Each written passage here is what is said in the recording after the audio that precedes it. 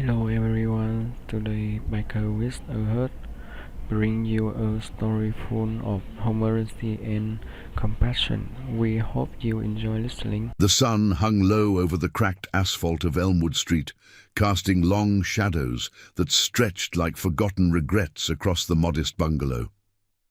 Inside, Eleanor Hayes, a widow of 82, with silver hair pinned in a loose bun and hands etched by decades of quiet labor, sat at her kitchen table. The air smelled of fresh-baked oatmeal cookies, warm and spiced with cinnamon, a ritual she'd kept for 20 years. Every Saturday, without fail, she'd fill a tin with them and walk to the edge of town, where the rumble of engines marked the gathering of the Iron Vipers, a motorcycle club known more for their leather vests and wary glances than for warmth. But Eleanor saw past the tattoos and the growl of Harleys. To her, they were just men, carrying burdens heavier than their bikes. That afternoon, as she arranged the cookies with trembling fingers, a sharp knock echoed through the house. Not the usual polite tap, but a pounding that rattled the windows. Eleanor rose slowly, her floral apron dusted with flour, and peered through the peephole. Two men in ill-fitting suits stood on her porch, clipboards in hand, their faces stern under the brim of fedoras. "Mrs. Hayes," the taller one barked when she cracked the door. "We're from the Elmwood Development Authority. Your property's in foreclosure. Back taxes, unpaid for months. You got until end of the week to clear it or we're evicting." Eleanor's heart stuttered, the words blurred in her mind, but the weight of them pressed down like the desert heat outside. She'd scrimped on her pension, sending what little she had to a distant nephew who'd fallen on hard times, honoring a promise made at her sister's bedside years ago. Now the house, her home since her husband Thomas built it with his own calloused hands, slipped away. "Please," she whispered, her voice frail as dry leaves. "There must be a mistake. I've lived here 40 years. The men exchanged glances, unmoved. "No mistake, ma'am. Sign here, or we'll see you in court." They left the notice on her doorstep and drove off in a black sedan, kicking up dust that stung her eyes as she watched from the window. Tears welled, but Eleanor wiped them away, turning back to the cookies. She couldn't let the routine break, not even now. Grabbing the tin, she stepped out into the fading light, the gravel crunching under her sensible shoes. The walk to the old warehouse on the outskirts felt longer than ever, her legs aching with each step. The Viper's lot was alive with the low thunder of idling engines, the scent of gasoline mingling with the sharp tang of exhaust. About a dozen bikes gleamed under string lights. Their riders clustered around a fire pit, laughing roughly over beers. At the center was Marcus Rook Landry, the club's president, a broad-shouldered man in his late 40s with a jagged scar running from his jaw to his collarbone, a remnant of a long-ago skirmish in the sands of a forgotten war.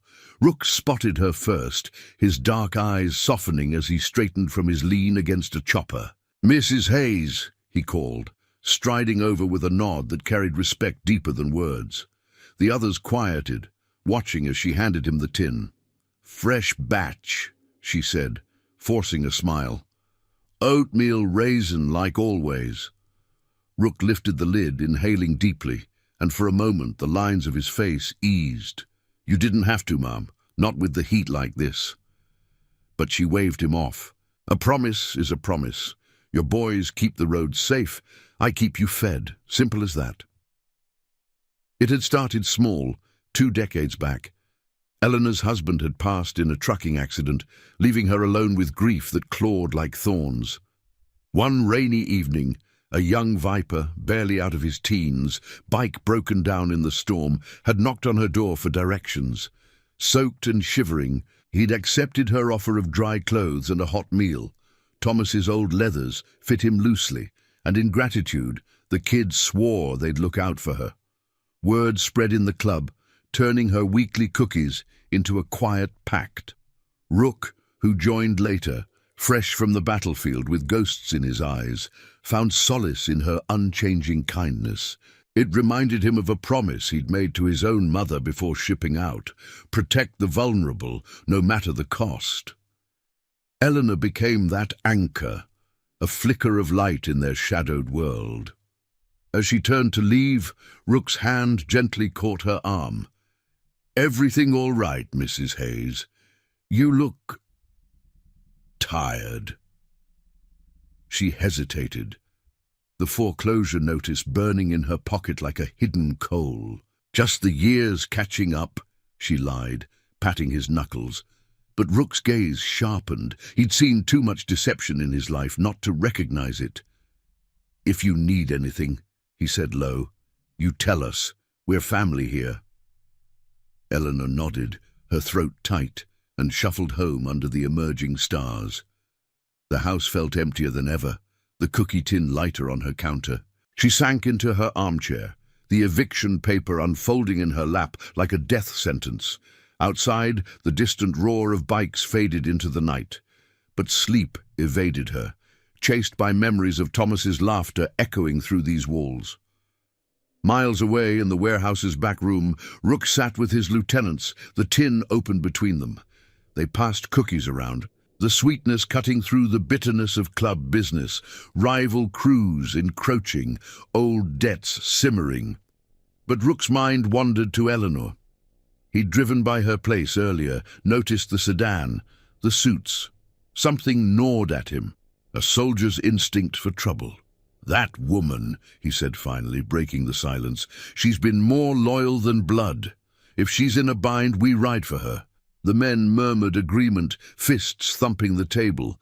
It wasn't just gratitude, it was honor, the kind that bound them tighter than chains. By midnight, word rippled through the network. Calls went out, texts pinging across state lines, voices gravelly over lines.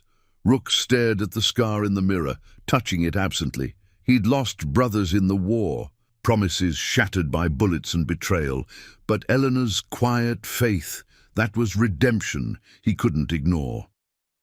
As dawn crept over the horizon, painting the desert in hues of gold and rust, engines stirred to life, not a dozen but 80 strong, vipers from chapters far and wide, converging like a steel storm.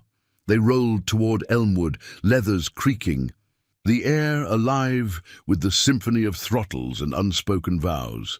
At Eleanor's door, the ground trembled first, then the knock came, polite but thunderous. She opened it, eyes widening at the sea of bikes lining her street, riders dismounting with helmets under arms. Rook stepped forward, tin in hand, empty now but refilled with something more. "Mrs. Hayes," he said, voice steady as the rising sun, "we heard about the trouble, and we're here to make it right." In that moment, under the metallic gleam of chrome and the scent of warm earth, a forgotten promise roared back to life, weaving their worlds into one unbreakable thread. Eleanor's hand trembled on the doorknob, the wood cool against her palm as she pulled it open wider. The morning light spilled across her threshold like spilled honey, illuminating the wall of leather-clad figures stretching down her quiet street. Harleys lined the curb in a gleaming phalanx, their chrome tanks catching the sun in blinding flashes, engines ticking softly as they cooled from the ride. The air hummed with the faint residue of exhaust, mingled with the earthy scent of dew-kissed lawns, a stark contrast to the chaos of rumbling thunder that had shaken her awake just minutes before. Rook stood tallest among them, his broad frame filling the doorway, the empty cookie tin balanced in one scarred hand like an offering. Behind him the riders shifted, their boots scuffing the pavement, faces weathered by wind and worry. There was Jackson Hawk Riley, Rook's second in command, a lean veteran with a faded tattoo of an eagle on his forearm, eyes sharp as he scanned the neighborhood for threats. Beside him loomed Tyler Bear Donovan, the club's enforcer, his massive build straining against his vest, but his expression softened by the memory of Eleanor's treats pulling him through dark nights after losing his leg in a desert convoy gone wrong. "Mrs. Hayes," Rook repeated, his voice a low rumble that cut through the morning hush. "We didn't mean to startle you, but when we heard, well, family doesn't wait for invitations." He stepped inside only when she nodded faintly, the others hanging back respectfully, forming a silent guard at her porch. Eleanor clutched the doorframe, her floral robe hanging loose over nightclothes, silver hair escaping its pins. "How?" she managed, her voice a whisper lost in the breeze. Rook set the tin on her side table, the clink echoing in the still house. "One of the boys saw those suits yesterday, pieced it together. Foreclosure? That's not right. Not for you." She led him to the kitchen, where sunlight filtered through lace curtains, casting patterns on the worn linoleum. The eviction notice lay unfolded on the table, its stark black ink accusing her of debts she couldn't fathom. Rook picked it up, his jaw tightening as he read, the scar along his neck pulling taut. "Elmwood Development Authority," he muttered. "Heard whispers about them, shady deals, pushing folks out for some big project. But this? Targeting you?" Eleanor sank into a chair, the wood creaking under her slight weight. "It's the taxes. I fell behind helping my nephew Lucas. His wife left, took the kids, left him broken, promised my sister on her deathbed I'd look after him. Sent what I could, every penny from Thomas's old pension." Rook's eyes met hers, a flicker of understanding passing between them. He knew promises like that, the kind that carved grooves into your soul. Back in the war, under a sky choked with sandstorms, he'd sworn to his squad, brothers not by blood but by fire, to bring them home. Only half made it, their ghosts riding shotgun on every mile he logged since.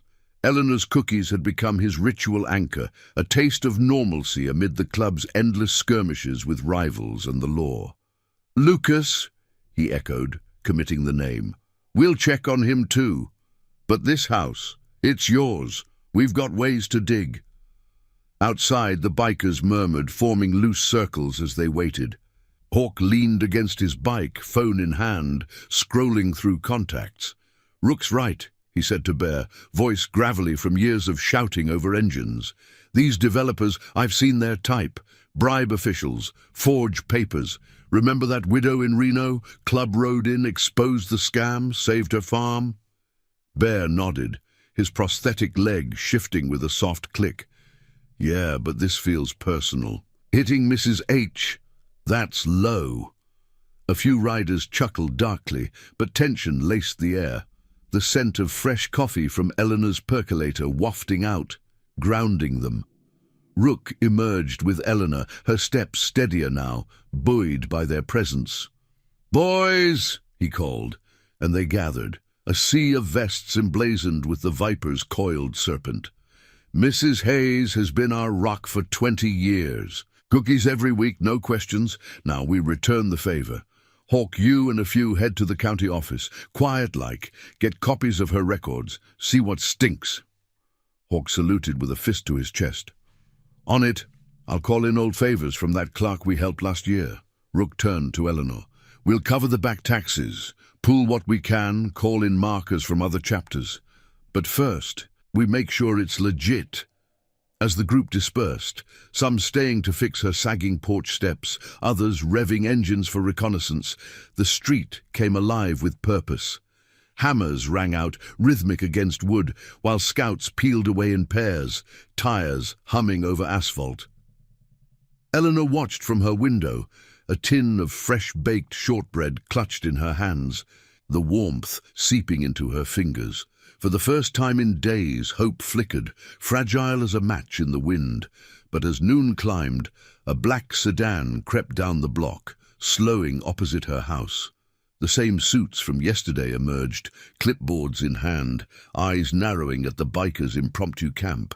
One suit, a wiry man with slicked-back hair named Victor Klein, though Eleanor didn't know his name yet, muttered into his phone, "Boss, you won't believe this. The old lady's got a biker army at her door. Iron Vipers, looks like the whole damn club." On the other end, a voice like oiled gravel responded from the development firm's downtown office. Handle it. Intimidate if you have to. That lands key to the strip mall deal. Push harder. Klein pocketed his phone, striding toward the porch where Rook stood, arms crossed, a wall of unyielding calm. "Private property," Klein snapped, flashing a badge that gleamed falsely in the sun. "This is official business. Tell your gang to clear out, or we'll call the sheriff." Rook didn't flinch, his gaze steady as desert stone. "Funny thing," he replied, voice even. "This is her property, and we're guests. You got a problem, take it up with the law, after we talk to them first." The air thickened, the bikers pausing their work, hands hovering near tool belts that hid more than wrenches. Eleanor stepped out, her presence a quiet command. "Gentlemen," she said softly, offering the tin. "Cookie?" Might sweeten the talk. Klein sneered, waving it off, but his partner shifted uneasily, the scent of cinnamon cutting through the standoff. As they retreated to their car, engines coughing to life, Rook placed a hand on Eleanor's shoulder. "They're scared," he said. "Means we're close." But deep down, doubt gnawed. A promise kept could unravel old wounds. That night, as stars pricked the velvet sky and fires crackled in the yard, Rook sat with her, sharing stories of battles won not with fists, but with truth. Yet in the shadows, Klein's call echoed. Reinforcements were coming, and the Viper's honor would soon face its fiercest test. The rumble of distant bikes hinted at allies or enemies, blurring the line in the gathering dusk.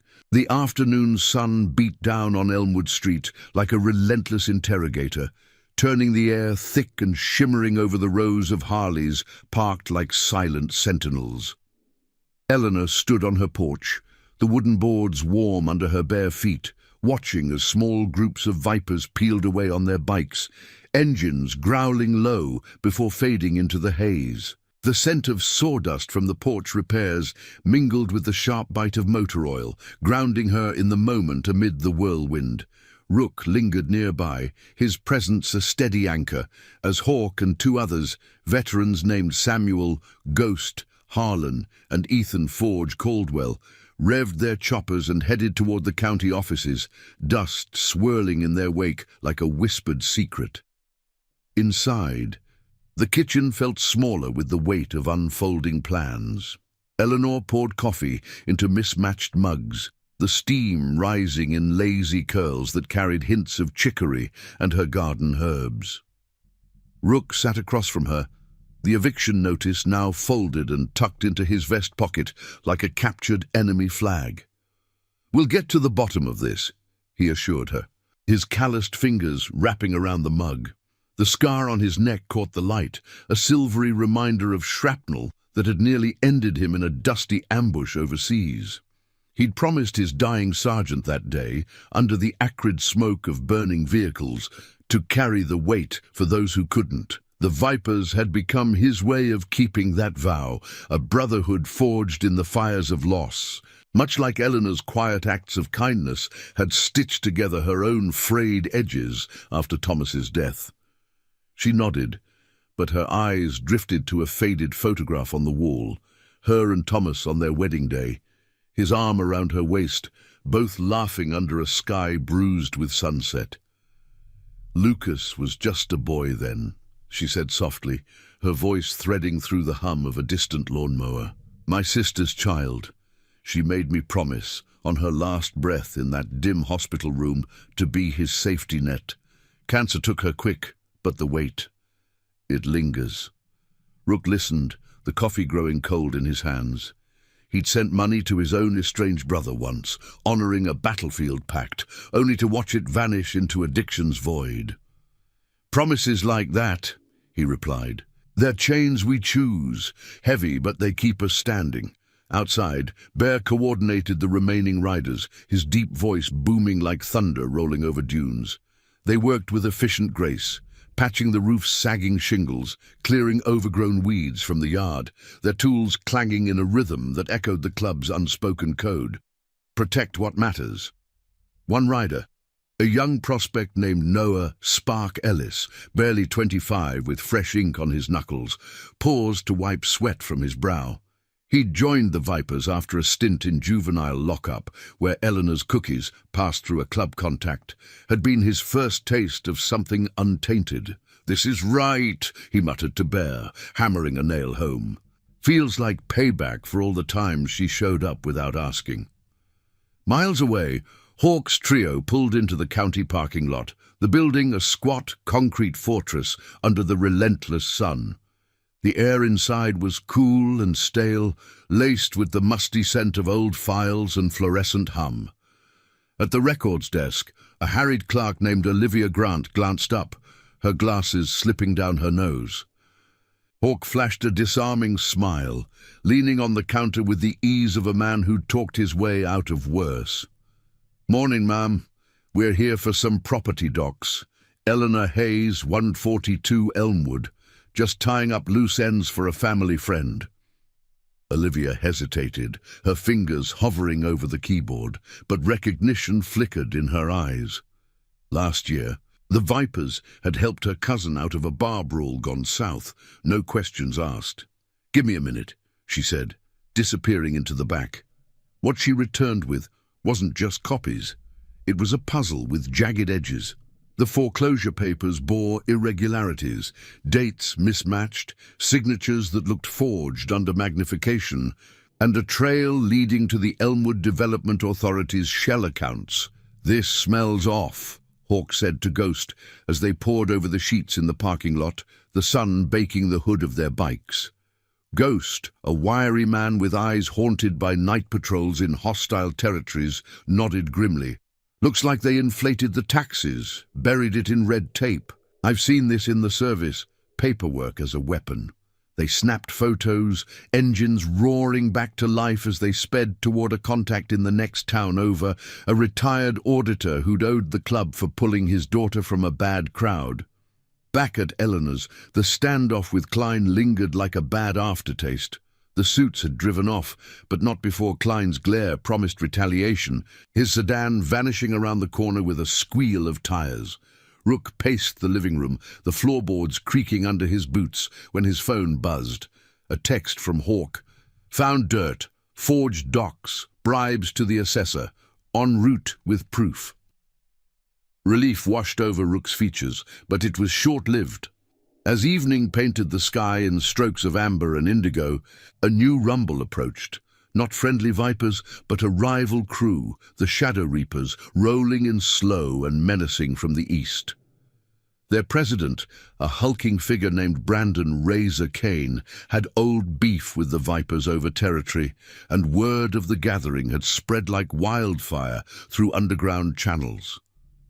Rook stepped onto the porch, the bikers forming a loose line behind him, hands steady but alert.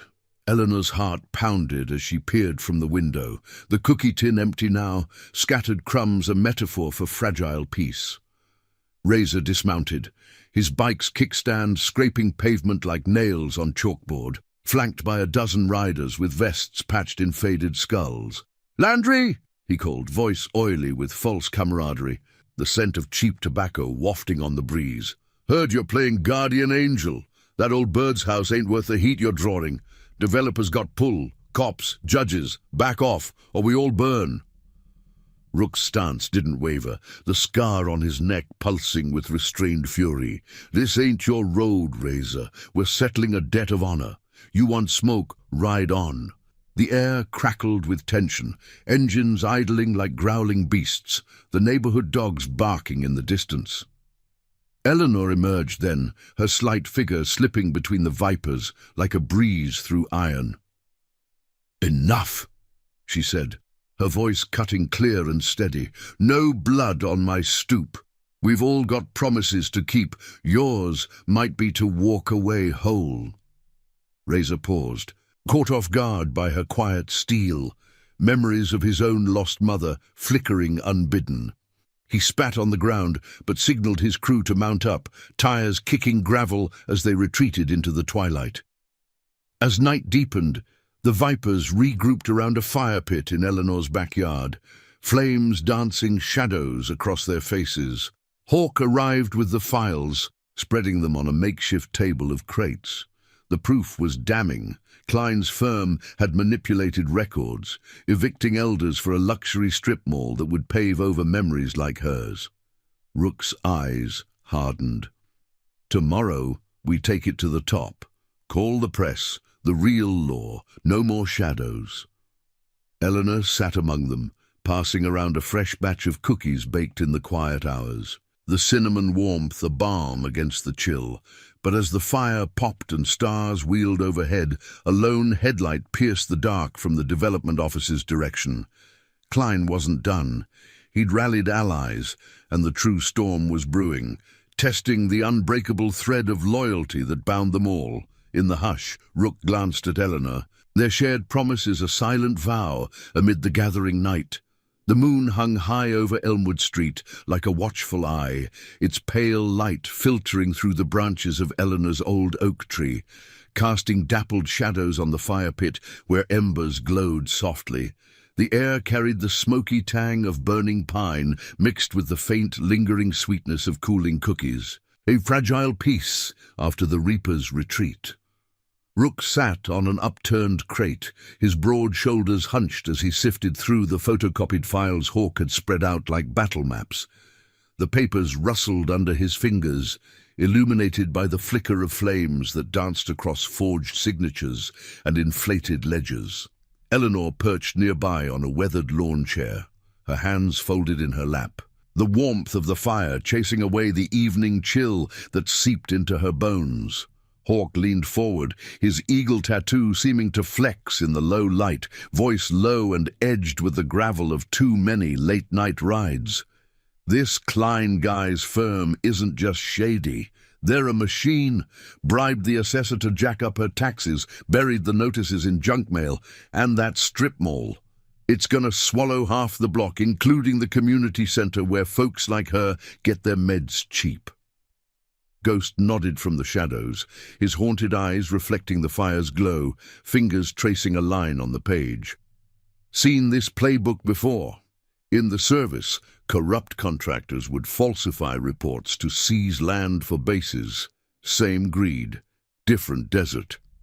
Bear grunted in agreement, his massive frame shifting with a soft creak from his prosthetic, the metal warmed by the heat. Eleanor listened, her silver hair catching the light like threads of moonlight, the weight of the evening pressing on her chest. She'd baked through the tension, pulling dough from the oven as the reaper's taillights faded, the rhythmic kneading a quiet rebellion against the fear clawing at her edges. "I never asked for this," she said softly, her voice weaving through the crackle of logs. "Just wanted to keep my word to my sister. Lucas needed help. Lost his job, then his home. Those pennies I sent, they were all I had left of Thomas's fight."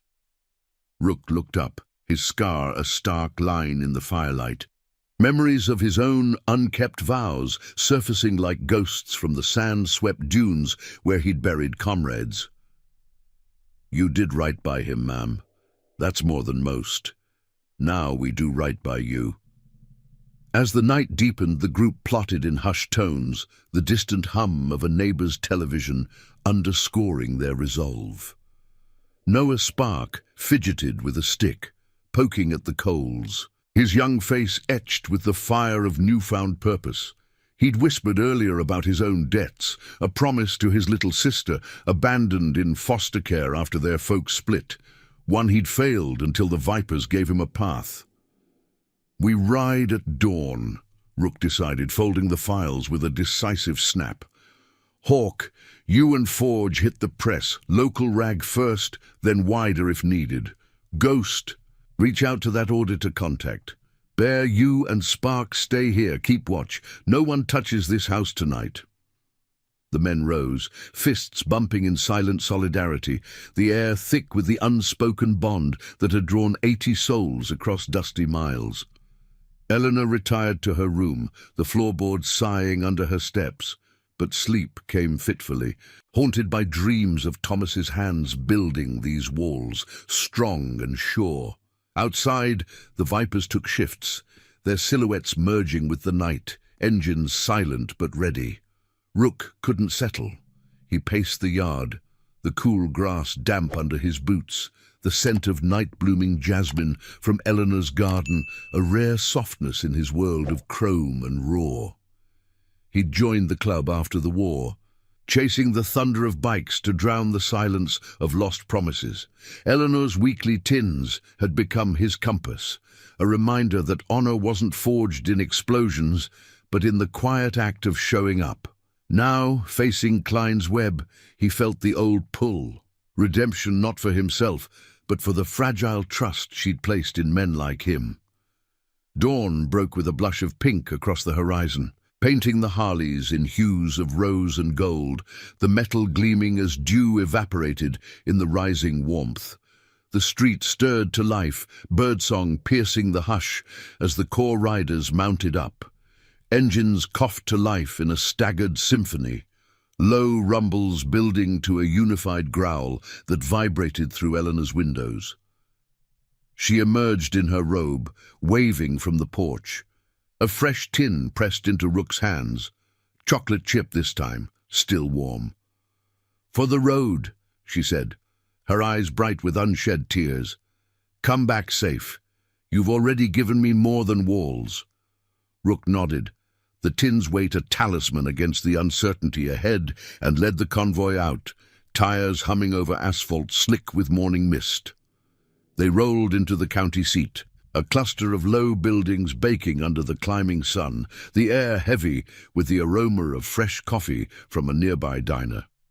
Hawk and Forge veered toward the newspaper office, a faded brick facade with a sign creaking in the breeze. Inside, the editor, a sharp-eyed woman named Amelia Ink Thornton, listened as they laid out the files, her desk cluttered with inky proofs and half-empty mugs. She'd crossed paths with the Vipers before, when they'd quietly funded a youth ride to keep kids off the streets.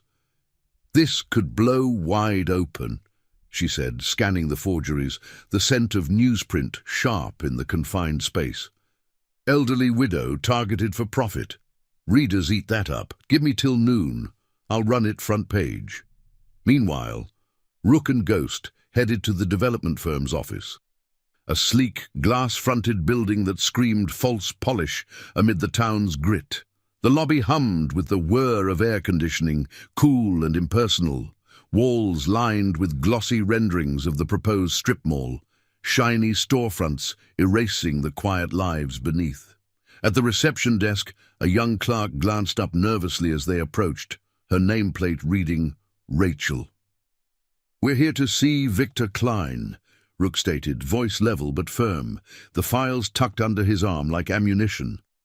Rachel hesitated, phone receiver hovering, but Ghost's steady gaze, honed from staring down ambushes, eased her. "I'll announce you." Klein emerged from a back office, his suit rumpled from a sleepless night, eyes darting like a cornered animal. The air between them crackled, the faint buzz of fluorescence amplifying the tension. "Landry!" he sneered, recognizing the Viper president from Underground Whispers. "You bikers think you can muscle in? This is business. Legal. Above board."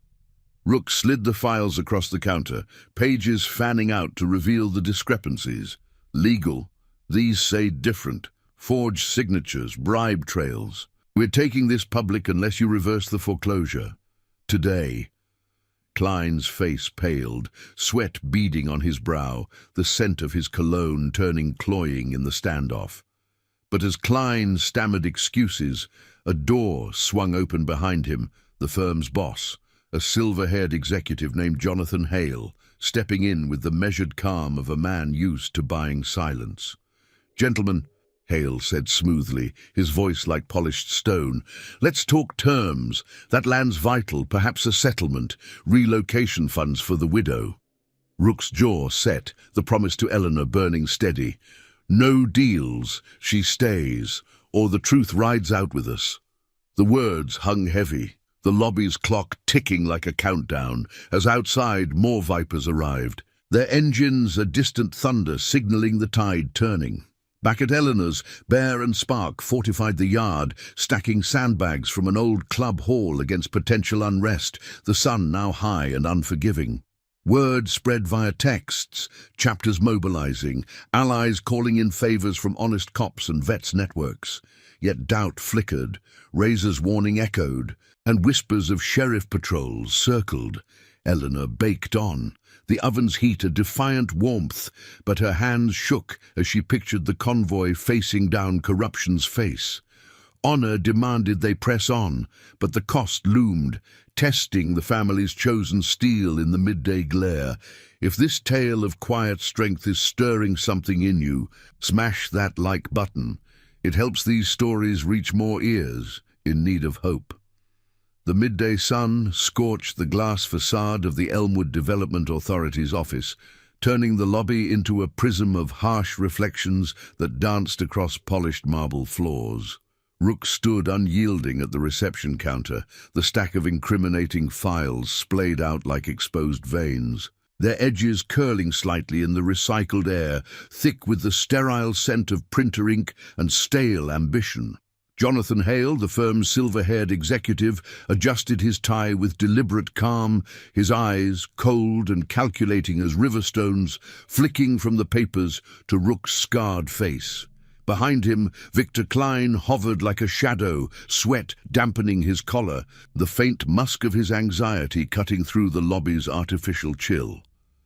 "Terms," Hale repeated smoothly, gesturing to a cluster of leather armchairs arranged around a low glass table, as if this were a boardroom negotiation rather than a reckoning. "The widow gets her house, cleared title, no strings. In return, your club stays out of our other projects. We all walk away with dignity intact." Rook's hand rested on the files, knuckles whitening, the distant rumble of arriving vipers vibrating through the building's foundations like an approaching earthquake. He thought of Eleanor's kitchen, the way her cookies carried the warmth of promises unbroken, a far cry from the hollow deals men like Hale peddled. Dignity. You've been preying on folks like her for months, forging paths to steal what they built with their own sweat. No deal. Reverse it all, the foreclosures, the bribes, or this goes to every paper from here to the border. Hale's composure cracked, a muscle twitching in his jaw as he leaned forward, the scent of his expensive aftershave sharpening like a blade. "You don't understand the stakes. Landry, this strip mall brings jobs, progress. That old woman's clinging to relics. Progress demands sacrifice." Ghost shifted beside Rook, his wiry frame tense, eyes scanning the lobby's exits with the precision of a man who'd mapped minefields under starless skies. He'd promised his fallen squadmates to expose the rot that festered in high places, a vow etched deeper than any tattoo. "Sacrifice," Ghost echoed lowly. "That's what we gave overseas, not for greed. You call this progress? It's just another war on the vulnerable." Outside, the parking lot swelled with the thunder of engines, more vipers dismounting in a wave of leather and chrome, their boots thudding against asphalt, still radiating heat from the morning's blaze. Hawk and Forge had looped back from the newspaper, Amelia Thornton's promise of a front-page exposé burning in their pockets like a lit fuse. The air hummed with the low murmur of riders coordinating via walkie-talkies, the sharp tang of exhaust mingling with the dry dust kicked up by tires. Word had rippled through the network, veterans groups, fair-minded locals, even a retired judge who'd crossed paths with the club during a charity ride, all converging on the edges of the story, drawn by the scent of injustice long buried. Klein's phone buzzed incessantly on the counter, ignored at first, then snatched up with trembling fingers. His face drained of color as he listened, the voice on the other end a frantic sheriff's deputy warning of mounting crowds. "Sir, they're everywhere. Press vans pulling up if this blows." Hale waved him silent, but the lobby doors swung open, admitting a gust of hot wind laden with the earthy promise of rain on the horizon. 2 reporters from the local Gazette pushed through, notebooks in hand, followed by a cameraman whose lens glinted like an accusatory eye. Amelia Thornton trailed them, her sharp features set in determination, the faint click of her heels echoing off the walls. "Mr. Hale," Thornton called, voice carrying the authority of ink and truth. "Care to comment on these documents? Forged tax records, targeted evictions. It's a hell of a lead." Flashbulbs popped, capturing the executive's frozen stares, the air electric with the shuffle of feet and the scribble of pens. Rook stepped back, letting the light of exposure do the work his fists never would, the files now weapons in the hands of those who wielded words. Hale's empire of shadows trembled, his polished world fracturing under the weight of revelations that had simmered too long in silence. Miles away at Eleanor's bungalow, the afternoon light slanted through the kitchen windows, gilding the flour-dusted counters where she worked methodically, her hands shaping dough into familiar rounds. The oven's warmth pushed back the creeping doubt, the rhythmic slap of palms against pastry, a mantra of endurance. Bear lounged on the porch steps, his massive form a bulwark against the quiet street, prosthetic leg extended as he scanned the road with a practiced eye. Spark paced nearby, young energy coiled tight, the faint scent of his cigarette smoke curling into the breeze that rustled the oak leaves overhead. They'd heard the updates via radio, crackling bursts of Rook's steady voice painting the standoff, and the weight gnawed like an itch under armor. "You think they'll fold?" Spark asked, flicking ash into the dirt, his voice laced with the uncertainty of one still proving his place. Bear rumbled a laugh, deep and reassuring, like gravel shifting under tires. "They always do when the light hits. Mrs. H has been our light for years. Time to return it." Eleanor emerged with a tray balanced carefully, the cookies steaming, their chocolate edges crisp and inviting. "For when they get back," she said, setting it down with a soft clink, her eyes distant but steady. She'd thought of Lucas earlier, dialing his number on the old rotary phone, the line crackling with his grateful sobs as she explained the club's intervention. A promise kept, rippling outward like stones in a still pond. But as the sun dipped toward evening, casting long shadows that stretched like hesitant fingers across the yard, a patrol car crept down Elmwood Street, lights off but siren silent, a harbinger of the sheriff's uneasy alliance with the developers. The deputy, a stocky man named Daniel Reese with a mustache hiding his unease, pulled up short at the sight of Bear's imposing silhouette. "Official business," Reese called from his window, voice tentative. The air between them thick with the unspoken pull of favors owed. Bear rose slowly, unfolding like a bear from hibernation, his presence alone enough to steady the moment. "So's this. We're waiting on friends. You here to help or hinder?"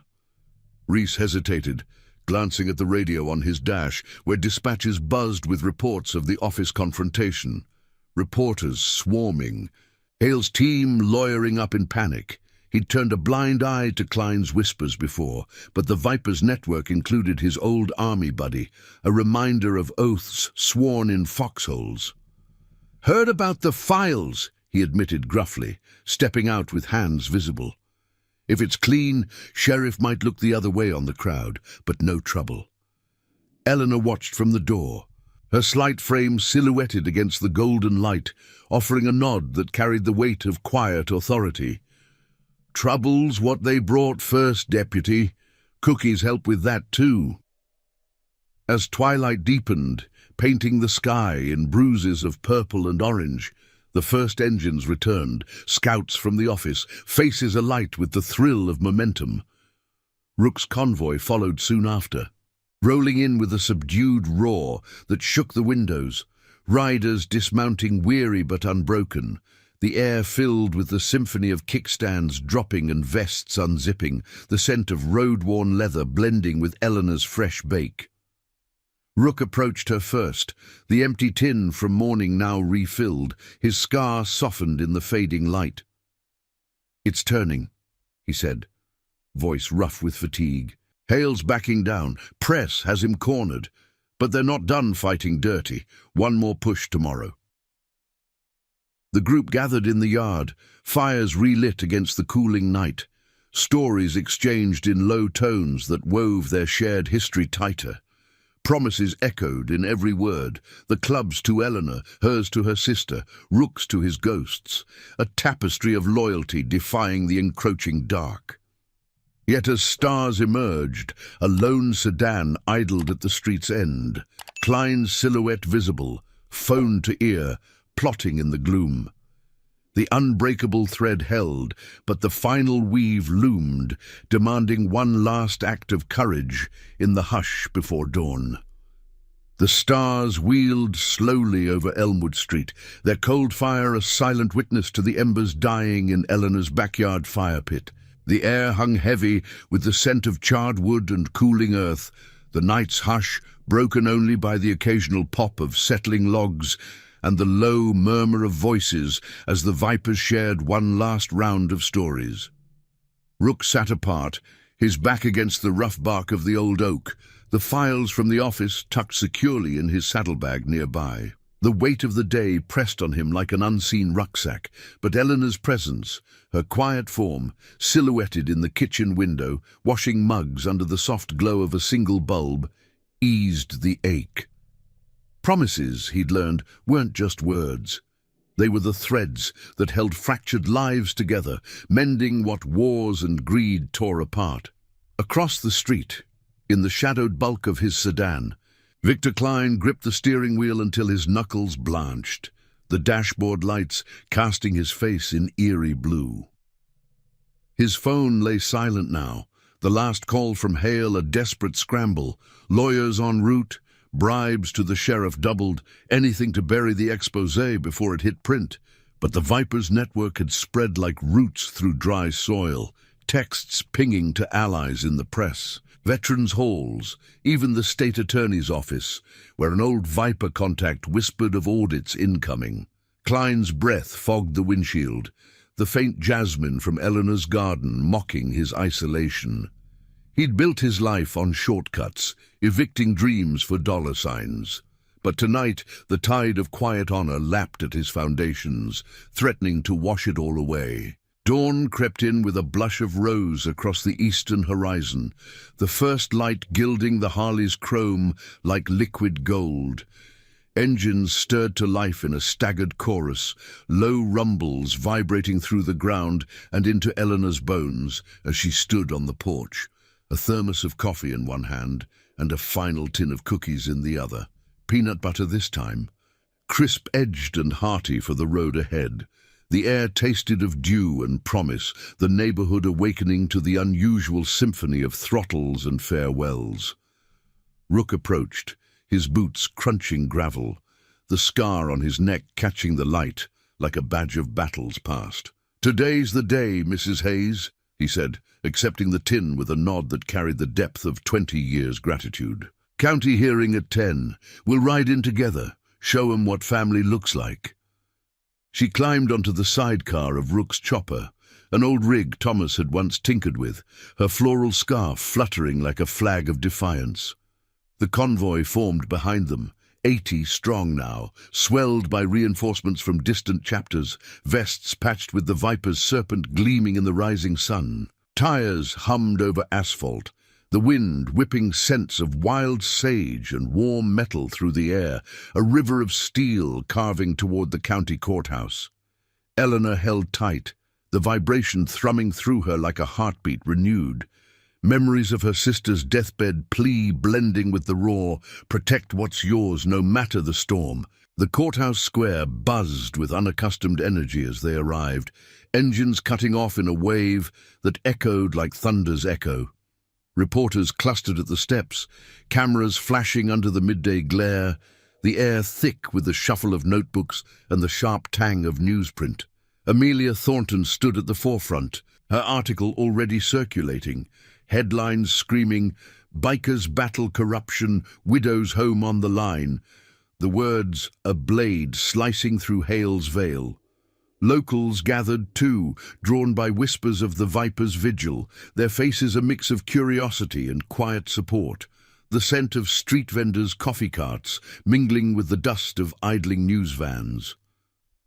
Inside the hearing room, the air was cooler, laced with the musty hush of polished wood and echoing footsteps.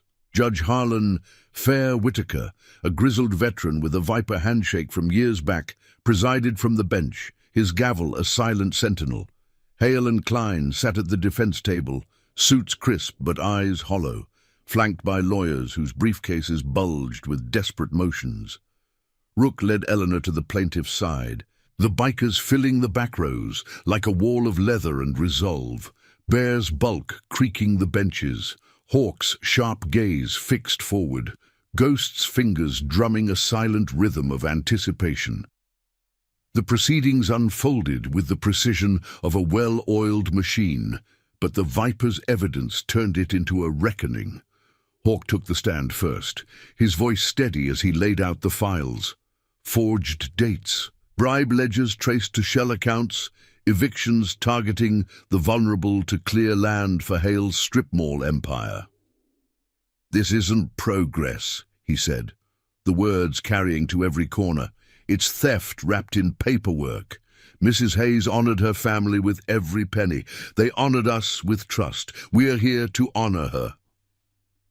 The room stirred, murmurs rippling like wind through dry grass, as Olivia Grant, the clerk from the records office, testified next, her voice trembling but true, admitting the pressure from Klein's donations that had skewed the scales. Eleanor rose last, her steps measured, the floral scarf still tied firm. The judge leaned forward, the room falling silent save for the faint tick of a wall clock. "Your Honor," she began, her voice clear as a bell over still water, "this house isn't just walls. It's where I kept promises, to my husband, my sister, to boys like these who needed a kind word more than a fight. They came when I couldn't ask. Now I ask for justice, not vengeance." Tears traced her cheeks, but her gaze held steady, the weight of chosen family behind her a shield stronger than any chain. Hale's lawyers stammered counters, but the evidence mounted like storm clouds, the judge's brow furrowing deeper with each revelation. Klein shifted, sweat beading anew, his empire crumbling under the light of truth. As the gavel fell at noon, the ruling rang out. Foreclosure reversed, back taxes nullified, an investigation launched into the firm's dealings. The room erupted in restrained cheers, the Vipers rising as one, fists thumping chests in victory, born not of fists but fidelity. Outside, under a sky now streaked with the promise of rain, the convoy reformed, engines purring like contented beasts.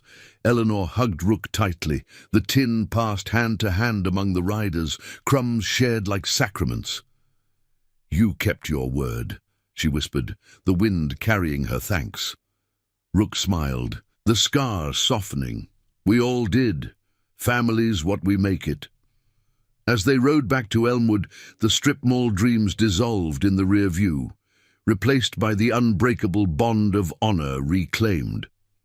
In the weeks that followed, Lucas arrived from across state lines, his eyes brighter, a job lined up through Viper contacts, the promise to his mother fulfilled in full. Eleanor's kitchen filled with laughter again, cookies baking for the club that had become her kin.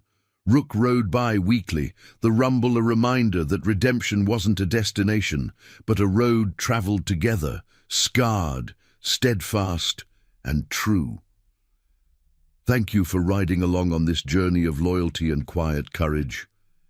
If these tales of honor touch your heart, hit that subscribe button and join us for more stories that remind us what family truly means. Until next time, keep your promises close.